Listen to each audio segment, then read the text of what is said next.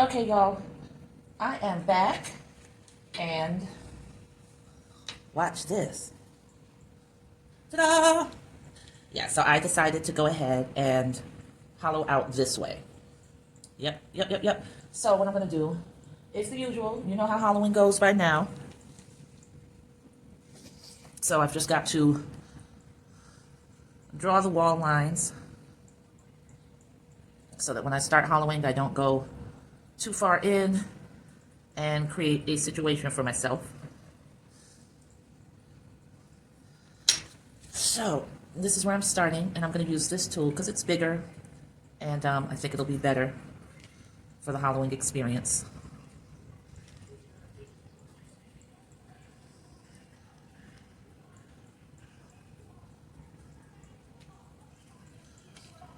I've never used this large tool before. I don't know if I like it. I don't think it's necessarily comfortable for me. Wait, let me adjust this down some because I'm lower now. So I think that's better. Yeah.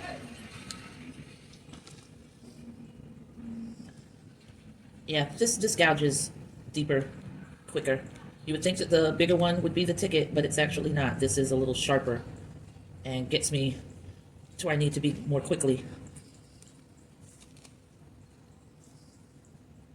Okay, so what just happened there is that I gouged out an eye opening. Now, that's fine for this situation. It wasn't intended, but it's fine. But it made me aware that I wasn't being cognizant of how deeply I had gone in. So I'm just going to sort of fix it up in here and go ahead and do the same thing on this other side.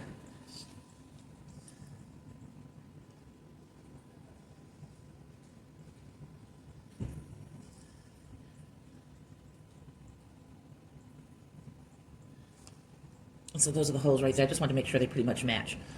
So I've got to be more careful because this face is so deeply sculpted in areas that I don't need to gouge as deeply and as quickly as I was doing it. So I'm just slowing down now. And I'm going to do a lot of checks with my finger to make sure that I'm not going in too far.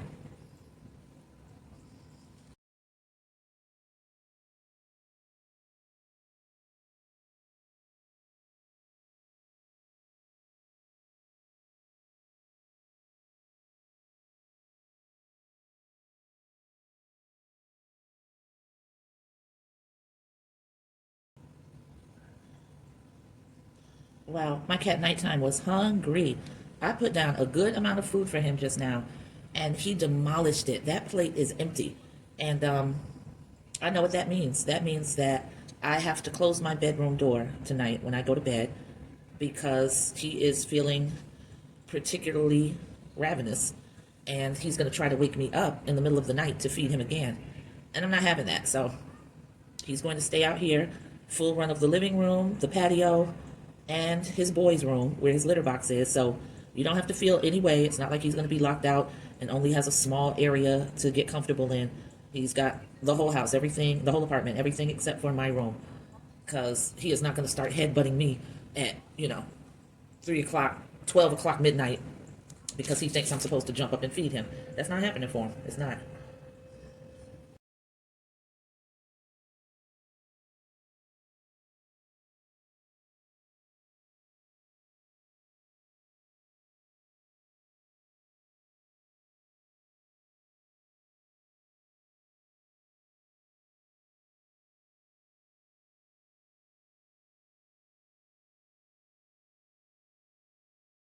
Test with your fingers.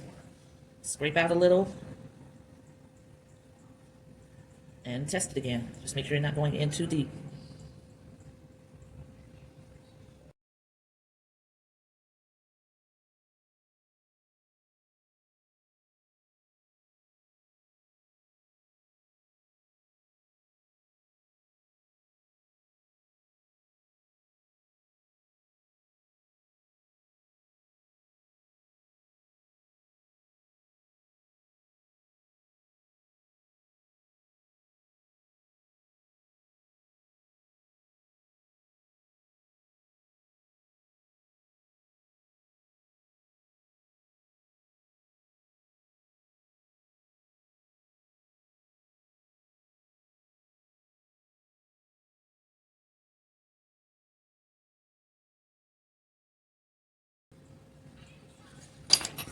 I can actually go in deeper into the chin, so I'm gonna do that.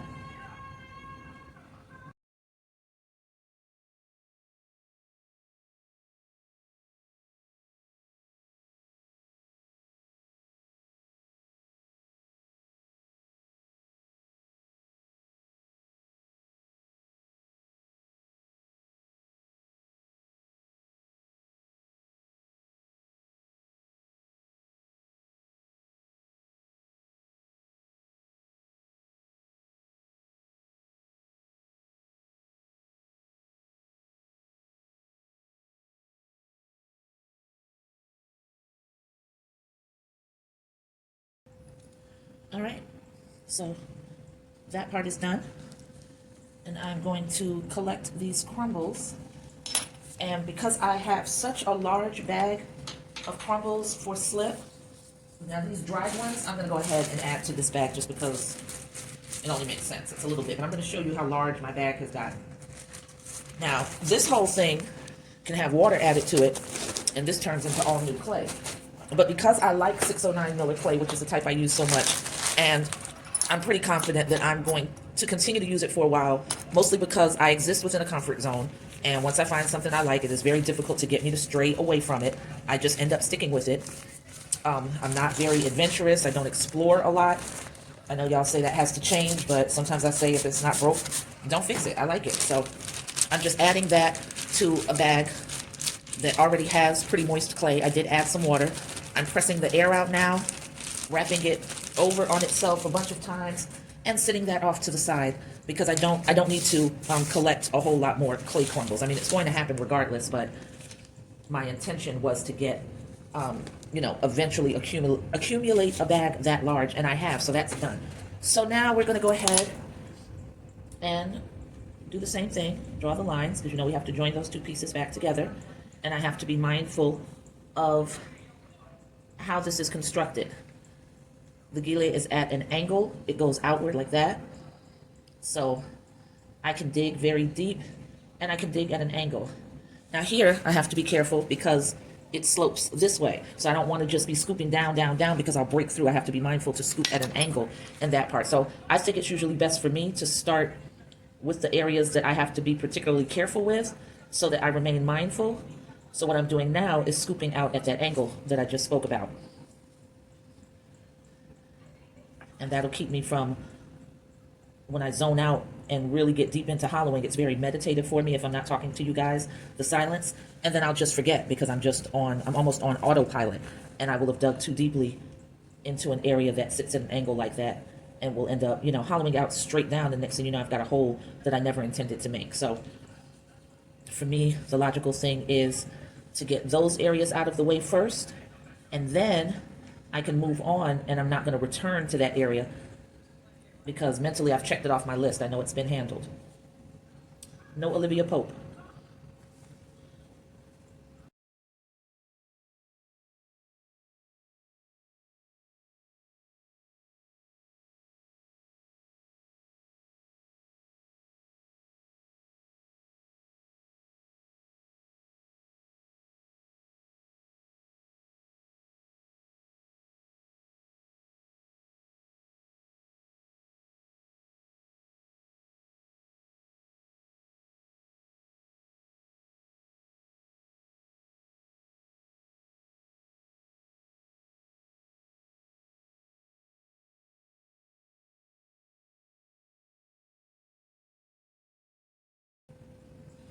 This clay is actually beautifully compacted.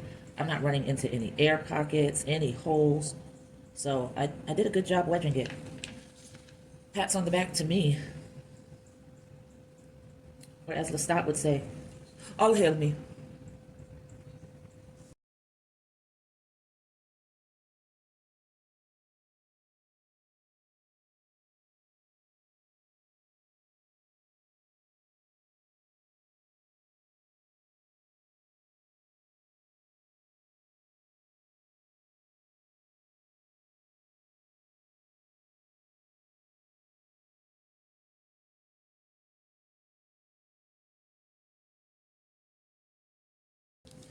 See how soft that clay is?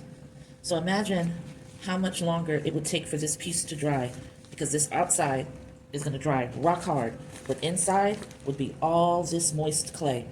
So that's why you hollow, because otherwise I probably would not be comfortable had I not hollowed this piece until it had dried for about 5 months. And I probably still wouldn't be comfortable, because depending on what the humidity is, where you are keeping the sculpture while it's drying has a lot to do with if it's drying slowly, if it's drying thoroughly, all of that. So you eliminate even having to worry about that by going ahead and getting out the majority of this clay. Now, if you're a big fan of making sure your pieces feel heavy because you feel like they'd be valued more, I don't know, to each his own. But I don't think that the heaviness is indicative of the value of this piece. The value, number one, is whatever I assess it to be. And that, for me, is usually assessed by how much I've connected with the piece, how much it means to me. And of course, how long it took, how much time and materials went into making this. All of that's a factor. So it's not about weight. Not for me. If it is for you, fine, baby. Make those heavy sculptures, they feel great. But I don't want to be lifting that and having to pack and ship all of that, because I've got to get that stuff back and forth to the studio and to the shipping hub.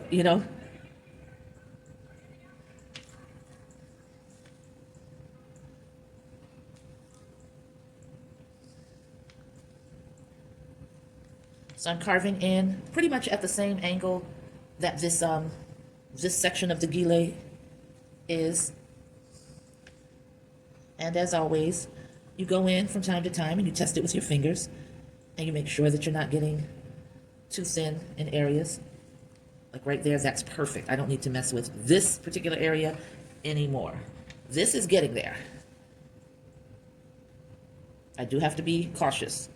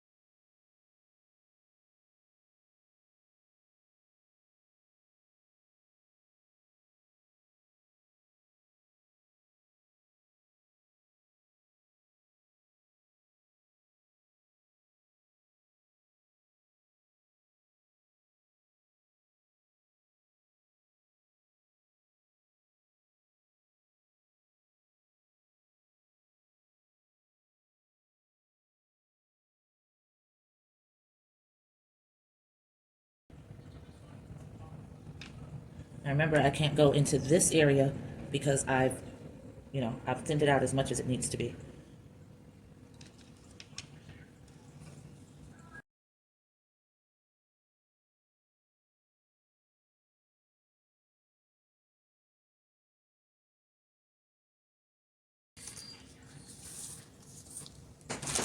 I've got to slide this and lift it, but just because I want to feel where I'm at on the underside.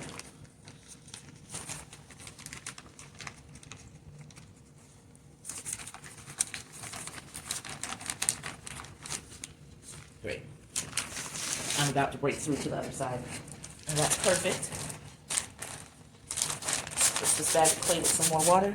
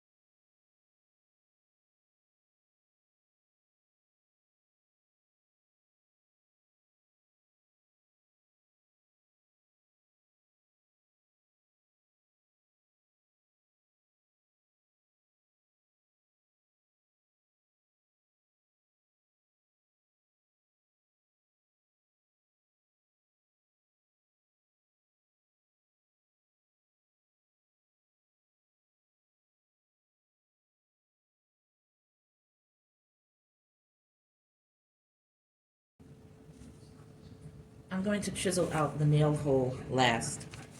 I'm going to let this dry out considerably more. But let's go ahead and reattach the face. So we're going to be using the slip, the serrated edge tool right here. I'm digging in pretty firmly.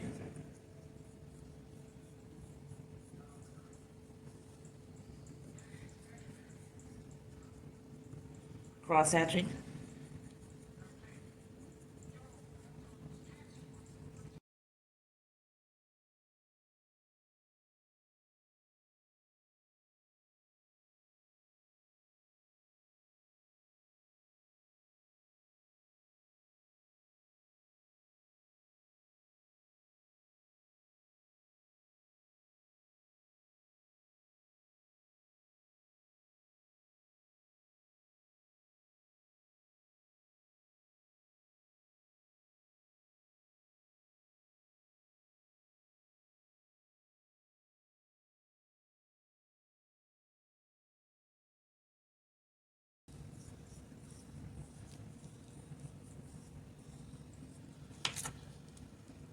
Okay, so I'm turning this a little bit of an angle. Hopefully you guys can see it well. Plop that right onto there. And I'm pressing down and rocking it to the side. Rocking it left and right, because I really want all of that connection happening. You want that slip sliding out just like that.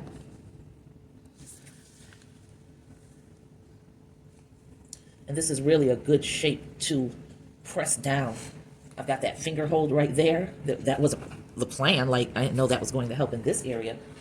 Those hollowed out cheeks. Yeah, this is good. I'm pressing down firmly.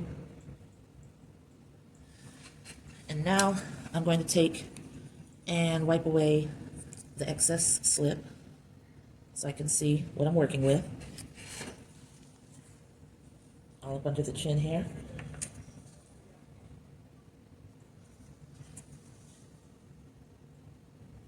All along the sides.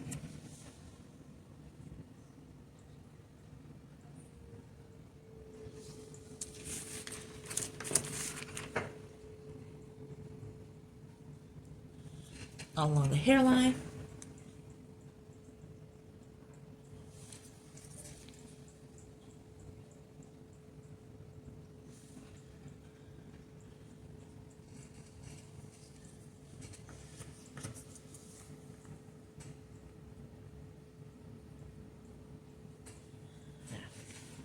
Just a little area that I need to touch up. All right, so I've got this slip over on the side that, not much, that I gathered up. I'm keeping that there because I'll use it to fill in.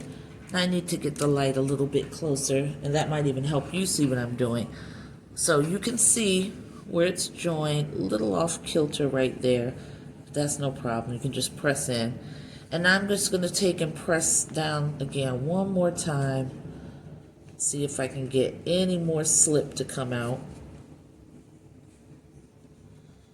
I really think I did what needed to be done already. So I'm going to start blending it in.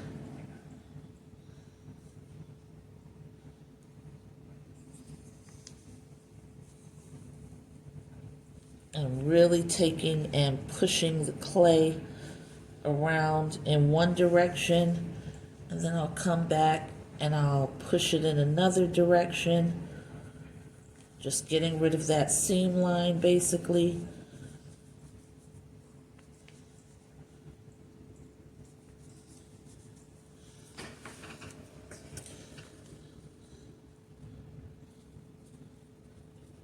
And I'm just digging in a little bit.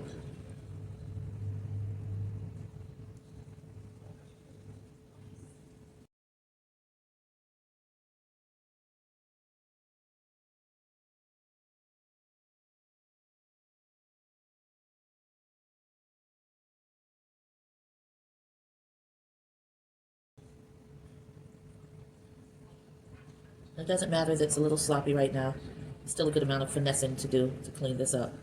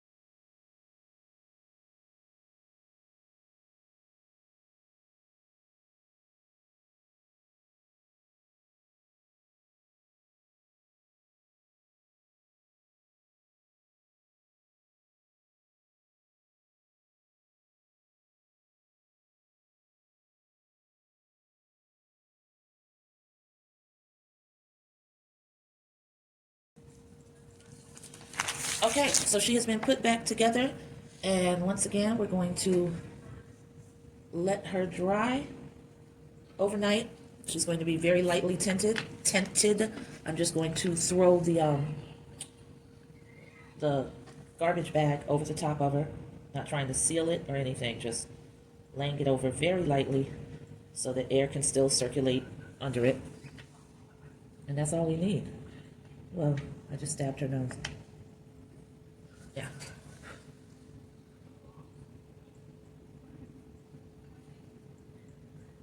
And we'll decide on the back tomorrow, because that's going to be okay for a while. I don't think that I'm going to try to trim it down or hollow it out. This part's not very, very heavy, and I need to leave at least, I don't know, 2 inches up at the top here so that I can gouge a line out for this to hang on to a nail. So, because of the size of this piece and because I've got this other piece drying over here, well, actually, I'll move that tonight. I'm not going to worry about cleaning off the table like I normally would, but please don't be discouraged. It's not me getting sloppy. It's not me going back on my vow. It's not me being unmotivated and leaving it junky so that I don't have to come in and put in that work tomorrow. It's just that I have to handle her really carefully right now, and I don't want to be moving her a lot. So, since I'm coming home and doing the exact same thing, going to be working on her again, this can stay just a little bit cluttered because I'm going to get it messy anyway. So we are calling this at 1 hour and 16 minutes. And that is it for me for the night. I'm going to take my bath and hit that bed so that I can be bright-eyed and bushy-tailed, as they say, tomorrow at work. So there's that. And as always, I thank you for hanging in there with me. Please remember, Facebook Live sale is going to be happening in October. I have not set the date yet, but it's going to be small sculptures, mid-sized sculptures, wall plaques like this. Well, if it's ready. I don't know if these plaques are going to be ready, but I'm hoping at least that one will be at the very least. So yeah, that's going to be happening in October. And once I set the date, if you want an invitation, what you need to do right now is shoot me over your email address. Don't worry about me sweating you and bombarding you. That's not going to happen. You'll get an email when the date is announced. You'll get an email probably about 3 days prior to the date, and you'll get another email on the day of, several hours before, as your reminder, because, you know, we all hustle and bustle out here, and it's very easy to forget things. So that's a maximum of 3 emails. You don't have to worry about every single time I sculpt something, I'm going to be hitting you up, and hey, you want a button? No, that's not it. And the Facebook Live sale in October is going to be the only time that you will get that pricing. I'm making sure that the pricing is pretty attractive so that you can get something for home decor, office decor, personal gift, a gift to somebody. And you know, it was October. Hell, December is right around the corner. So, you know, if you want to start thinking about those Christmas gifts, if that's how you get down, Kwanzaa gifts, whatever, then this is the time, because the website price is going to be considerably higher. And if Mulberry Art Gallery decides that they want some of these pieces for exhibits, that's going to be definitely a much higher price. So I'm trying to, you know, give everybody who loves and supports me an opportunity to own a TM sculpture. So that's what it is. Shoot the email address, and again, 3 emails max. I love y'all. Peace.